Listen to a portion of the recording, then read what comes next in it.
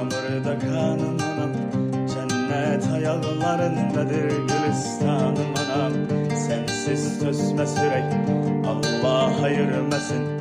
Gederi zulmet ile geçer sensiz anım anam. Şöhretim şanım anam, melimat sanım anam. Ne kadar iskanlar bitip bile gülşenlerinde, sen ki bir ömrü fida eylemiş evladına. Ne kadar azap gizlenip saçının denlerinde. Mama Music Multimedya Portalı.